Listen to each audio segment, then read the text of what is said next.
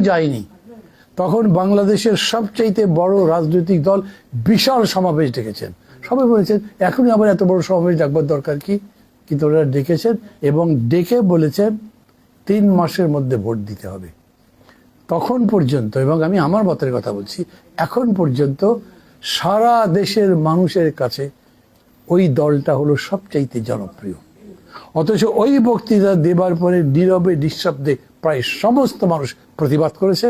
সেই কারণে তাদেরকে আর কয়েকটা দিনের মধ্যেই বলতে হয়েছে যা 6 মাসের মধ্যে করতে হবে, এবং সেটাও একটা অবাক ব্যাপার, 6 মাসও মানুষ অ্যাকসেপ্ট করেনি। অতএব ওই কথাও বদলেছে। তারপরে বলা হয়েছে যৌক্তিক সময় পরে নির্বাচন দিতে হবে। আমি বলছি ফাইন লাইনটা হচ্ছে এই, কেবল পলিটিক্যাল মাসল দিয়ে জেতা যাচ্ছে না। যদি জেতা যেত তাহলে 3 মাস 3 মাসই হতো, 6 মাস 6 মাসই হতো। যৌক্তিক সময় পড়বার পরে মানুষ বলেছে প্যাচ তো একটা রেখেই দেওয়া হলো, যৌক্তিক মানে কি, কতদিন, সেটাও বলতে হবে। তার মানে জনগণ এখন রাজনৈতিক দলকে, নেতৃত্বকে লায়াবল করতে শিখেছে। হয়তো থিওরিটিক্যালি বুঝেনি, কিন্তু তার মনের মধ্যে প্রশ্ন আছে, তার মনের মধ্যে যে আকাঙ্ক্ষা জেগেছে, যেটা সে মনে করে যেটা হওয়া উচিত, সেটা না হতে দেখলে সে পাল্টা প্রশ্ন করতে পারছে। আমি মনে করি আমাদের ওই জায়গাতেই দাঁড়াতে হবে। যারা এরকম করে বলছেন একটা বিশাল পরিবর্তন এখন হয়ে যাবে, মানে সবসময় আশা করা ভালো তো না, আশা ছাড়া কি মানুষ বাঁচে? কিন্তু আশা হতে হলেই মরে যাবেন এরকম নন, কারণ আমাদের আশা তো প্রতিবারই হত হচ্ছে।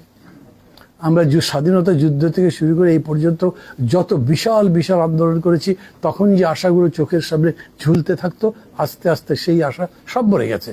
আমরা বেঁচে আছি না, জাতি এগুচ্ছে না, চলছি না সামনে, এরকমই ব্যাপারটা। এখনো আশাটা সামনে রেখে লড়াইটা করতে হবে, এবং সেই লড়াইটা ঠিক মতো করতে পারতে হবে। আরও একটা বিষয় বলি, সেটা হচ্ছে মানে যাদের কাছে মনে হচ্ছে এই নির্বাচনে খুব গুণগত পরিবর্তন হবে না, কিন্তু আমি মাহমুদুর রহমান মান্না কেন জানি ভাবি যে এইরকম হতে পারে। বহু জায়গাতে মার্কা পারবে না, ভালো মানুষ, গুণ মানুষ তাই পছন্দ করবে। হয়তো দেখবেন যে বড় মার্কা বিশাল বিশাল মিছিল করছে, কিন্তু ভোট পাচ্ছে যার অনেক বড় মিছিল হয় নাই, কিন্তু লোকে মনে করে এই লোকটা ভালো, তাকে ভোট দিয়ে দেবে। উনি জিতবেন কিনা তাও আমি বলছি না, কিন্তু ভোটের ব্যবধান যে হবে সেটা আমার এতদিনকার অভিজ্ঞতা, আমার 6 সেন্স পেছন থেকে কেউ আমাকে বলছে এই পরিবর্তনটা হবে। আমি নিজে এইরকম জিনিস দেখছি। I M a very small man, honestly. আমি কিন্তু কোনো বিনয় করছি না। আমি মনে করি না যে আমি দেশের বিশাল একজন নেতা, আমি খুব একজন জ্ঞানী লোক, আমি অসম সাহসী একজন বীর, এগুলো বোগাস। মানে এরকম হয়েছে না, যে একটা গল্পে শুনেছেন, মানে সাগরের মধ্যে ডুবে একজন মানুষ ডুবে গেছে, জাহাজের মধ্যে সবাই হইচই করছে, একটা লোক ঝাঁপ দিয়ে পড়লো নিচে, লোকটাকে উদ্ধার করেছে। পরে জিজ্ঞেস করছে সত্যি আপনাকে ধন্যবাদ দিতে হবে, আপনি কত সাহসী। ও বলেছে ভাই আমি খুঁজছি, আমাকে ধাক্কা দিল কে, আমি তো নাম্বার ছিলাম না। আমার বিষয়টা হচ্ছে দেখছি, যা যখন মানতে পারছি না তখন বলছি, তখন আমার হিসাবের মধ্যে থাকছে না আমার কি পরিণতি হবে, আমি বলছি, এখনও বলি তাই। এবং এই কারণে আমার বন্ধু শত্রু হয়ে যেতে পারে, আমার সৌভাগ্য বন্ধু শত্রু হচ্ছে না। বন্ধুরা বুঝতে পারছে আমি যুক্তির সাথে বলছি, এবং আমি মনে করি বলাটা চালিয়েই যেতে হবে। আমি ডক্টর ইউনূসকে খুব সাপোর্ট করি, যখন উনি বলেন আপনাদের কথা বলেন, যা বলতে চান তা বলেন, আমাকে সমালোচনা করতে চান সমালোচনা করেন, নাহলে আমি ভালোভাবে শিখবো কীরকম করে। উনি যদি কথা বানিয়েও বলেন তবু কথাটা ভালো, অতএব কথাটা বলতে হবে। এবং সেই কথাই আমি বলছি, মানুষকে তো এখন সিদ্ধান্ত নিতে হবে। নির্বাচন খুব ভালো হওয়া দরকার, আমি তো মানি, সবাই মানবে। যার কাছে যান তিনি বলবেন নির্বাচন ভালো হওয়া দরকার। আচ্ছা, 70 নির্বাচনটা কেমন হয়েছিল? খুব ভালো না? বাঙালি জাতির জন্য একটা অবিস্মরণীয় ঘটনা। কিন্তু কোন ভোটার তো 10-20টা করে ভোট দিয়েছে। আমি নিজেই দিয়েছি কতগুলো ভোট, আমি বুঝিও না ভোট মানে, বেশি ভোট মানে কি। ওই আর একবার যাও, ওই কালিও লাগে না, কিচ্ছু করে ঘুরে বেড়াচ্ছি। ওই ভোট তো আমি চাচ্ছি না, আমি জেনুইন ভোট চাচ্ছি। মানুষ যাতে বোঝে, শেখে, এবং মানুষ যেন বোঝে এটা তার রেসপন্সিবিলিটি। সে যে একটা ভোট দিচ্ছে, এই ভোটের বিনিময়ে সে এই দেশের মালিক হচ্ছে, এই দেশের শাসক হচ্ছে। ওইটা যদি সে না শিখতে পারে, এই শিক্ষা কি দেওয়া হচ্ছে কোথাও? এডুকেশন আছে? কোনো পলিটিক্যাল পার্টি তার রাজনৈতিক কর্মীদের, নেতাদেরকে বোঝাচ্ছে যে তোমার দায়িত্ব কি এই ভোটের মধ্যে? না। এই যে কেউ কেউ বলেছেন, আমিও বলেছি, এবং যারা বলেছেন তাদের ধন্যবাদ দিই, সংস্কার নিয়ে যে এত কথাবার্তা হচ্ছে না, 100টা পণ্যের উপরে ভ্যাট দিয়ে চালু করে দিয়েছেন। তারপর আবার কিসের সংস্কার? ওটাই তো সংস্কার। খা বা না খা, মর বা না মর, আমার তো IMF কে মানতে হবে। পিওরলি সবাই বলেছে IMF এর সাজেশন, সেটাতে চলছে। এরপরে ওয়ার্ল্ড ব্যাংক যে সাজেশন দেবে তাই হচ্ছে। তাহলে সংস্কার মানেটা কি?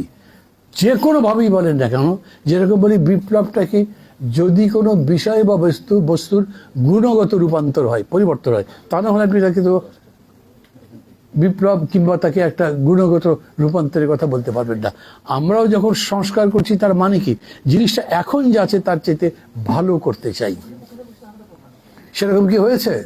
সেরকম যদি টাইমের কিছু থাকলে বলবেন আপনাকে, কিন্তু টাইমের কনস্ট্যান্ট হলে আগেই বলবেন। সেরকম যদি কোনো কিছু হয় তাহলে আমাকে নিশ্চিতভাবে বলতে হবে ওই গুণের দিকে যান। এই গভর্নমেন্ট কি করবে এখন? সংস্কার করবে। আপনি ইলেকশনের মানে নির্বাচন এই কি বলে কাঠামোগত ব্যবস্থা বলেন, কিংবা সংবিধানের সংস্কারের কথা বলেন, বা 15টা যে কমিশন করা হয়েছে প্রত্যেকটার কথা বলেন, কোনো কমিশনেরই কোনো রাইট নাই সংসদে ছাড়া সেগুলো পাশ করতে পারবে না। এটা একটা রাজনৈতিক দল পজিশন নিয়েছে। তো আমি তাদেরকে জিজ্ঞেস করলাম যে ভাই, আমরা 40টা পার্টি বসলাম, বসবার পরে ধরেন 4টা পয়েন্টে একমত হয়েছি যে এই কটা ব্যাপারে সংস্কার করা যায়, করা যাবে, সেটা ওনারা এটার কোনো জবাব দিচ্ছেন না। মানে এই জবাব দিলে তো মানতে হয় যে সবই পার্লামেন্টের মধ্যে যেতে হবে, এমন কোনো কথা নেই। ওনারা নিজেরাই বলছেন 2 টার্মের বেশি, 2 কনজিকিউটিভ টার্মের বেশি প্রাইম মিনিস্টার হওয়া যাবে না। তো এটা আমি আইন বানিয়ে দিতে পারি না? আইনটা কিরকম করবো? এলএফোর মতো অ্যাগ্রি দ্যাট নেক্সট পার্লামেন্টে যাবার পরে এইটা আইনে পরিণত হবে অটোমেটিক্যালি, বিকজ আমরা সবাই এগ্রি করেছি। এর উদাহরণ আছে না? শাহাবুদ্দিন সাহেবকে আমরা কি করেছিলাম? প্রধান বিচারপতি থেকে রাষ্ট্রপতি বানিয়ে দিয়েছিলাম, রাষ্ট্রপতি থেকে আবার প্রধান বিচারপতি বানিয়ে দিয়েছিলাম, বিকজ ন্যাশনাল কনসেনসাস ছিল। এখন আমরাও বলছি জাতীয় ঐক্যমত যদি হয় তাহলে সবই করতে পারি। কনস্টিটিউশন তো কেবল একটা রিটেন দলিল না, কনস্টিটিউশন হলো উইল অফ দ্য পিপল। এখন জনগণ যদি একমত হয়ে বললো যে এই আমাদের ইচ্ছা, তাহলে সেইটা বাস্তবায়ন করব। সেটার পথে কনস্টিটিউশন বা কোনো বিধান আইন বাধা হতে পারে না। কিন্তু আমরা তা বলছি না। ডক্টর ইউনূস যখন বলেন যে ঐক্যমতের ভিত্তিতেই আমাদেরকে সংস্কার করতে হবে, তখন ঠিকই কথা বলেন। জোর করে করবেন নাকি? আপনি চাপিয়ে দিতে পারবেন? দেবেন না, দিতে পারবেন না। কিন্তু যদি ঐক্যমত্য না হয় তাহলে কি? ইউনূস সাহেব কি বলেছেন? আমি ভোট দিয়ে চলে যাব। আচ্ছা, যদি ইউনূস সাহেব ভোটের আগেই চলে যায় তাহলে কি হবে বলেন তো? ওনার এমন মেজাজ খারাপ হয়ে গেলে, দূর এদের দিয়ে কিচ্ছু হবে না, আমি থাকবো না। যদি চলে যায় তখন কি হবে? একটাই ওয়ে আছে, তখন মার্শাল্লাহ হতে হবে, গভর্নমেন্ট করবে তাকে দিয়ে, আর করা যাবে না তো। অতএব প্রত্যেকটা দলকে এখন থেকেই একটু বুঝে শুনে চলা উচিত, মেজাজ টেজাজ কম দেখানো উচিত, হাবভাব কম করা উচিত। আপনি যেই হন, যত বড় হন, আপনাকে জনগণের ইচ্ছার কাছে নতি স্বীকার করতে হবে। এটা জোরে করে বলতে হবে আমাদেরকে, এবং শক্তি নিয়ে, সাহস নিয়ে বলতে হবে। আপনি যত বড় হন, আপনি জনগণের ইচ্ছার বাইরে যেতে পারবেন না। আর মানুষকে বলেন আপনি যে ভালো কোনো কিছু চান, কখন পাবেন? খালি সংস্কার সংস্কার বললে তো পাবেন না।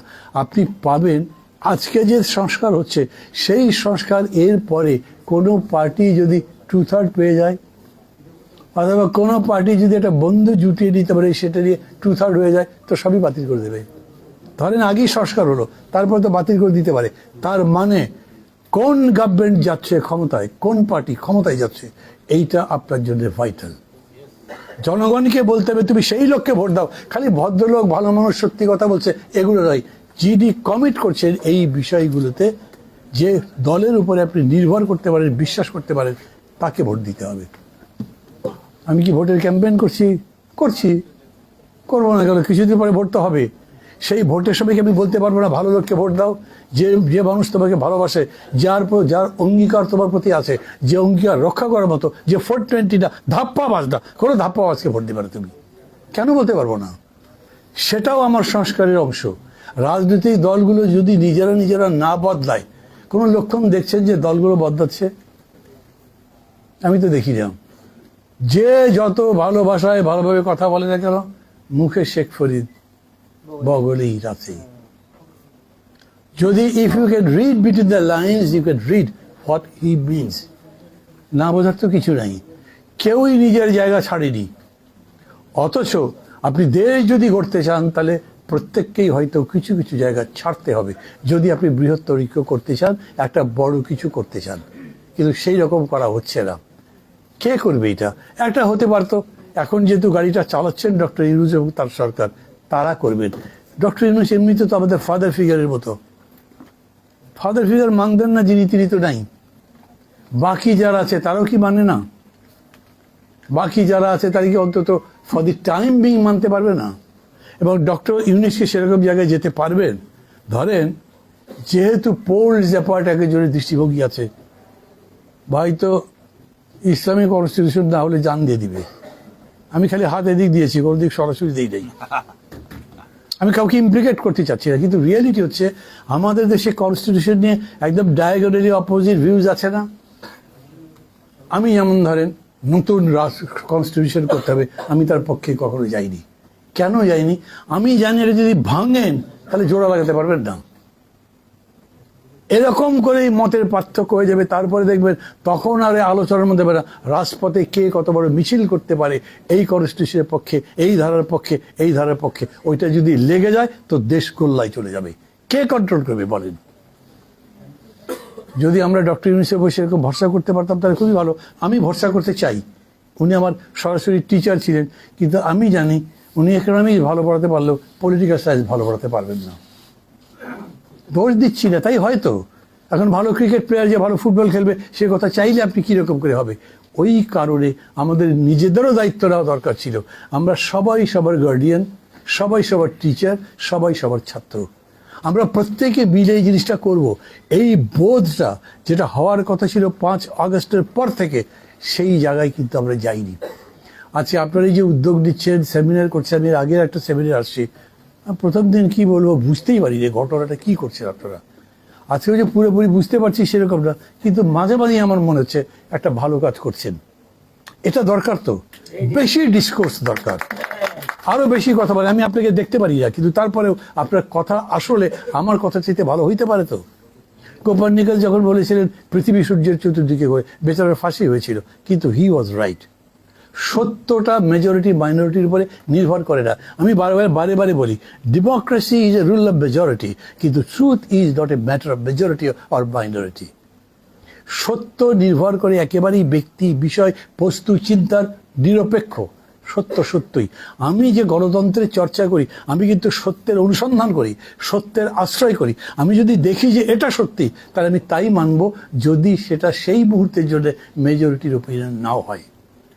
কারণ গণতন্ত্র মিথ্যার উপর দাঁড়াবে না। তাহলে আমারও এইটা বুঝতে হবে। ধরেন আমি সংখ্যানুপাতিক ভোট সমর্থন করতাম, বলবেন ভাই করতাম কেন, এখন করেন না? এখন করতে গিয়ে দেখি যে এই যে আপনারা বলছেন না স্বৈরতন্ত্র আর ফিরে আসতে পারবে না, আমি দেখি ওরা অনেক বেশি ভোট পেয়ে যেতে পারে। আমি বলেছি আমি এখন সাপোর্ট করবো না। কি বলবেন আপনারা আমাকে, আমি তা জানি না, কিন্তু পলিটিক্স ইজ নট জাস্ট কি বলে আপনি, এটা চ্যারিটি নয়, এটা বদান্যতা নয়, মহানুভবতা নয়, এটা একটা practical analysis of the practical situation, এবং তার ভিত্তিতে আপনি সিদ্ধান্ত করবেন কোন কাজটা করলে এই মুহূর্তে এটা সামনে যেতে পারে। নিশ্চিতভাবে এরকম আছে কিছু কিছু একজিমের মতো সত্য মনে হয়, কিন্তু তারপরেও আপনি সেটাকে কাজে লাগাতে তখন পারছেন না। এখনকার লড়াই আমি খুব স্পষ্ট বলি, পুরা জুলাই আগস্ট ছিল বিদ্রোহের মাস, পুরা আগস্ট জুলাই ছিল অন্যায় বিরুদ্ধে জীবনদানের মাস, এবং জীবন দিয়ে আমাদের জীবন ফিরে পাওয়ার মাস। এখন তো ওই লড়াই নাই। এখন যে লড়াই সেটা বুদ্ধিবৃত্তিক লড়াই, এখন লড়াই জ্ঞানের লড়াই, এখন লড়াই হচ্ছে আরো বৃহত্তর দৃষ্টিভঙ্গির লড়াই। এটা যদি না হয় তাহলে দেশটা গড়বেই না। এটা যদি না হয় তাহলে আমি যে দেশ চাই, আমরা যে দেশ চাই, সেই দেশ হবার তো সম্ভাবনা নাই। আপনি অজ্ঞানতা দিয়ে দেশ গড়তে পারবেন? আপনি পশ্চাৎপদতা দিয়ে এগিয়ে যেতে পারবেন? এগুলোর সুযোগ নাই। এই জন্যেই ডিসকোর্স বলছি। আমাদের সাথে যখন কথা হয়েছে ডক্টর ইউনূসের, তখন বলেছি স্যার আপনি লোকের সাথে কথা বলেন না কেন? কেন জানি আমার মাঝে মাঝে মনে হয় ডক্টর ইউনূস পলিটিশিয়ানদের সাথে কমফোর্টেবল না। আই মে বি রং, কিন্তু আমার মনে হয় না হলে উনি কথাই বলেন। আমি ওনার ছাত্র ছিলাম, খুব ভালো সম্পর্ক ছিল। একদিন ফোন করে, আসবা তো, একটু কথা আছে, কিছু বুঝতে চাই। ডাকেননি। আচ্ছা, আমি বলছি না আমাকে ডাকতে হবে, তা মনে করবেন না, না ডাকলে আমার কোনো ক্ষতি হচ্ছে না, আমি আমার মতো ভালোই আছি। কিন্তু উনি কাউকেই তো ডাকছেন না। এই যে 15টা কমিটি সবগুলো রিপোর্ট দেবে, সেই রিপোর্টগুলো নিয়ে আবার নতুন করে বিতর্ক লাগবে না? সমস্ত কি আমাদের আপত্তি আছে এগুলো বলবো। আগেই যদি কথা বলতেন, বলবার পরে যদি রিপোর্টগুলো তৈরি করতেন, তাহলে কি হতো? একটা ফেজ এগিয়ে থাকতেন না? এই প্রস্তাবটা দিয়েছিলাম, উনি কিন্তু রাজি হলেন যে হ্যাঁ এটাই করা দরকার, কিন্তু সেটা হলো না। এখন আবার কি করেছে, যারা লিখেছে তারা আমাদের সাথে কথা বলবে না, যারা পড়বেন সরকার ওনারা আমাদের সঙ্গে কথা বলবেন। যিনি লিখলেন তিনি একটু বেশি জানেন এরকম ধরবেন না আপনি, তিনি কিন্তু বসবেন না। যিনি লেখেননি উনি পড়ে আগে নিজে বুঝতে হবে, তারপর নিজে যুক্তি তৈরি করে আমার সাথে কথা বলতে হবে, তো তার আগে আমি তার পাল্টা যুক্তি তৈরি করে ফেলবো। কিন্তু যিনি লিখেছেন উনি লিখবার সময় তার মনের মধ্যে পুরো বিষয়টা ওয়ার্ক করেছে এবং সেইটার ভিত্তিতে তিনি আমার সাথে কথা বলতে পারবেন। আমি ঠিক বুঝছি না এই যে ডিসকোর্সের কথা বলছেন, অথবা এই যে ধরেন মানে ঐকমত্য তৈরির প্রক্রিয়ার কথা বলছেন, এটার আবার যে একটা সাব কমিটি, একটা কমিটি করা হচ্ছে, তার চেয়ারম্যান হলেন উনি নিজে। গুড। উনি যদি মনে করেন যে আমি এটা নেগোশিয়েট করতে পারবো, আমি একটা ভালো আরবিটার হতে পারবো, আমি ভালো সলিসিটর হতে পারবো, সবার সাথে কথাবার্তা বলে যতদূর সম্ভব ঐক্যমত্য করে এগিয়ে নিয়ে গেলেন। যতদূর ঐক্যমত্য হবে নিশ্চিতভাবে দেশ ততদূর এগিয়ে যাবে।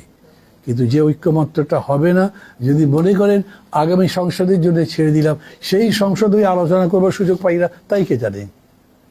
সেই সংসদে যারা যারা থাকবে তাদের নিজেদের যে কত রকম এজেন্ডা থাকবে, নতুন নতুন করে তৈরি হবে, তা জানিনি না। মানুষ যে রাজনৈতিক দলগুলোর উপর বিশ্বাস রাখতে পারছে না কেন? অতীত দেখেছে বলে তো, সেই অতীতের ছাপ এখনো দেখে বলে তো। এমন নয় যে নতুন কিছু লক্ষণ দেখা গেছে তাতে আমি আশাবাদী হতে পারি, না এরা এরকম করবে না, আরো ভালো কিছু করতে পারে, সেই রকম দেখা যাচ্ছে না। ডক্টর ইউনূসের প্রতি সাপোর্ট কেন? উনি ট্রাকে পণ্য বিক্রি করা বন্ধ করে দিয়েছে, ওটা সাপোর্ট করার কাজ? তাও তো মানুষ সরকারকে সমর্থন করে, এখনো তো বিরোধিতা করছে না। একটাই কারণ, তারা মনে করে এই লোকটা দল করে না, ধান্দা নেই। মানুষ মনে করে যে উনি রাজনীতি করে না, ঘোষণা দিয়েছে আমি রাজনীতি করি না, ভবিষ্যতে ক্ষমতায় যাব না, তার মানে ক্ষমতায় থাকবার জন্য ফন্দি ফিকির করবে, নতুন নতুন চাল দেবে, এরকম দেবে না। তা যদি না যায় তাহলে তো তাকে বিশ্বাস করা যায়। এটাই হলো মানুষের প্রধান কথা। উনি খুব ভালো দেশ চালাচ্ছেন, উনি দেশের অর্থনীতির অনেক অগ্রগতি করছেন, উনি দৈনন্দিন জীবনযাত্রায় মানুষের জীবনকে অনেক সহজ সুন্দর করেছেন, এরকম কোনো ঘটনা নেই। তারপরেও কিন্তু মানুষ তাকে সমর্থন করছে। কথা লম্বা করবো না আমি, কারণ বলতে বলতে অনেক কথা বলা যায়। মানে আমাদের ক্রাইসিসটা এতই হয়েছে যে এই ক্রাইসিসের উপরে এই ক্রাইসিসের উপর আপনি যত বলবেন ততই বলা সম্ভব এবং বলা উচিত। আমি আবার বলি, এই দেশের একটা অভূতপূর্ব ঘটনা ঘটেছে। কনস্টিটিউশন নিয়ে গ্রামের লোকজন আলোচনা করছে, কনস্টিটিউশনে ঢাকা শহরের মধ্যে আলোচনা করছে। সংখ্যানুপাতিক প্রতিনিধিত্ব কাকে বলে? আমি তো প্রথম মনে করতাম এইসব কঠিন কঠিন কথা আমাদের ইউনিভার্সিটির ছেলেরাই পছন্দ করে না। ইউনিভার্সিটির ছেলেরা 5 তারিখের আগে, মানে অগাস্ট জুলাইয়ের আগে আই হেট পলিটিক্স হ্যাশট্যাগ চালু করেছিল না? খুব পপুলার ছিল না? ভুলে গেছেন নাকি? এমন একটা ঘটনা ঘটেছে, ওই যে বলে আন্দোলনের 1 বছর শান্তিপূর্ণ বিকাশের 100 বছরের সমান। 100 বছরে যা গড়ে ওঠে 1 বছরে তা গড়ে ওঠে, 100 দিনে যা গড়ে ওঠে 1 দিনে তা গড়ে ওঠে। অতএব হ্যাশট্যাগ শেষ। এখন মানুষ বলছে ডক্টর ইউনূস পারছে না ভাই, তাদের মধ্যে তো পলিটিক্যাল লোক নাই। এবং মানুষ এখন কনস্টিটিউশন নিয়ে আলোচনা করছে, মানুষ এখন নির্বাচন ব্যবস্থা নিয়ে আলোচনা করছে, আর ফেসবুকে ম্যাক্সিমাম রাজনীতি। এখন স্পোর্টসও কম। এত বড় স্টার সাকিব আল হাসান কোথায় চলে গেছে তার উপরে লেখাটাকে খুব দেখি না, যদিও আমি স্পোর্টস অত ভালো বুঝি না, কিন্তু নাই রিয়ালিটি আমি দেখি নাই, কিন্তু রাজনীতি নিয়ে আছে। এটাও আমাদের জন্য বিরাট একটা সুযোগ। আমি আপনাদের আবারও ধন্যবাদ দিই। এই ডিসকোর্সটা আপনারা আপনাদের মতো চালিয়ে যেতে থাকেন। লোকে আপনাদেরকে কি বলছে সেটা আপনাদের দেখবার দরকার নেই। আপনারা ইস্যুগুলো বার করেন, ক্রাইসিসটা কোথায় সেটা লোকেট করেন। আর যারা আপনারা আছেন, ধরেন আমাদের সোসাইটিতে 18 কোটি মানুষকে তো একসাথে বোঝাতে পারবেন না, কিন্তু 180টা লোক বুঝলো যে এইটা জাস্টিফাইড। ওনারা যে প্রতিক্রিয়া তৈরি করতে পারবেন, এটা না জানলে তো তারা করতে পারতেন না। অতএব আমি বলি এইভাবেই মানুষকে এই কাজের মধ্যে অনুপ্রবেশ করা হোক বা প্রবিষ্ট করা হোক। আমার শেষ কথা হচ্ছে এই সরকারের কাছে আমি মনে করি সময় এখনো আছে। সংস্কারের যে কাজগুলো করা হচ্ছে, 15টা কমিশনের রিপোর্ট দেবে, তারপর আলোচনা করে সিদ্ধান্ত করা হবে, এরকম না। ডক্টর ইউনূস যেটা বলেছেন, প্রধান 2-3টা ইস্যুর উপরে আমাদেরকে এক হতে হবে, যেটা কনস্টিটিউশনাল আপনার যে সংস্কার, তার সাথে নির্বাচন পদ্ধতির সংস্কার, 2-3টার কথা তিনি বলেছেন। এগুলো হলে আমরা একটা নির্বাচনে যেতে পারি এবং সেটা ডেফিনেটলি চাইলে এই বছরের মধ্যেও যাওয়া যায়। আমার মধ্যে কোনো সমস্যা নেই। এই বছরের জায়গায় সামনের বছর জুন মাসে হলে 6 মাসের কারণে আমি ক্ষমতা পেলাম না বলে যে খুব কষ্ট পাবো এরকম না। আর আমি 6 মাসের মধ্যে ক্ষমতা পাবো যে তার তো গ্যারান্টি নেই। যারা পাবেন তারা হয়তো তরপাতে পারেন, মন খারাপ করতে পারেন। তাদেরকে বলবো, ভাই যদি চেঞ্জটা না হতো তাহলে তো 4 বছর থাকতেন এবং কষ্টে থাকতেন কিন্তু। আর এখন কত আনন্দে আছেন, আরামে আছেন। আরো এক্সট্রা যদি 6 মাস লাগে থাকবেন 6 মাস, কেন থাকবেন না? সেই 6 মাস থেকে বরঞ্চ দেখেন দেশটাকে কতখানি পজিটিভ জায়গাতে নেওয়া যায়। এইবারের অর্জন যত বেশি করতে পারবো সেটা সাস্টেইন করবে, আর যেটা করতে পারলেন না সেটা অনিশ্চিত হয়ে যেতে পারে। এই কথা বলে আবার বলি, হতাশ করবার জন্য নয়। আমি মনে করি প্রত্যেক সময় ওই যে আমি এক সময় খুব বড় নই, ভাবভর্তি ছিলাম, তো বাংলাদেশের কথা আছে, turn every adversity into opportunity. আমি বাংলা করেছি প্রত্যেকটা দুর্যোগকে সুযোগে পরিণত করো। আমরা তো তাই করি, যত মুশকিল তত আসান, এরকম বলি না? তো আমাদেরকেও তাই করতে হবে। আজকে ক্রিটিক্যাল টাইম,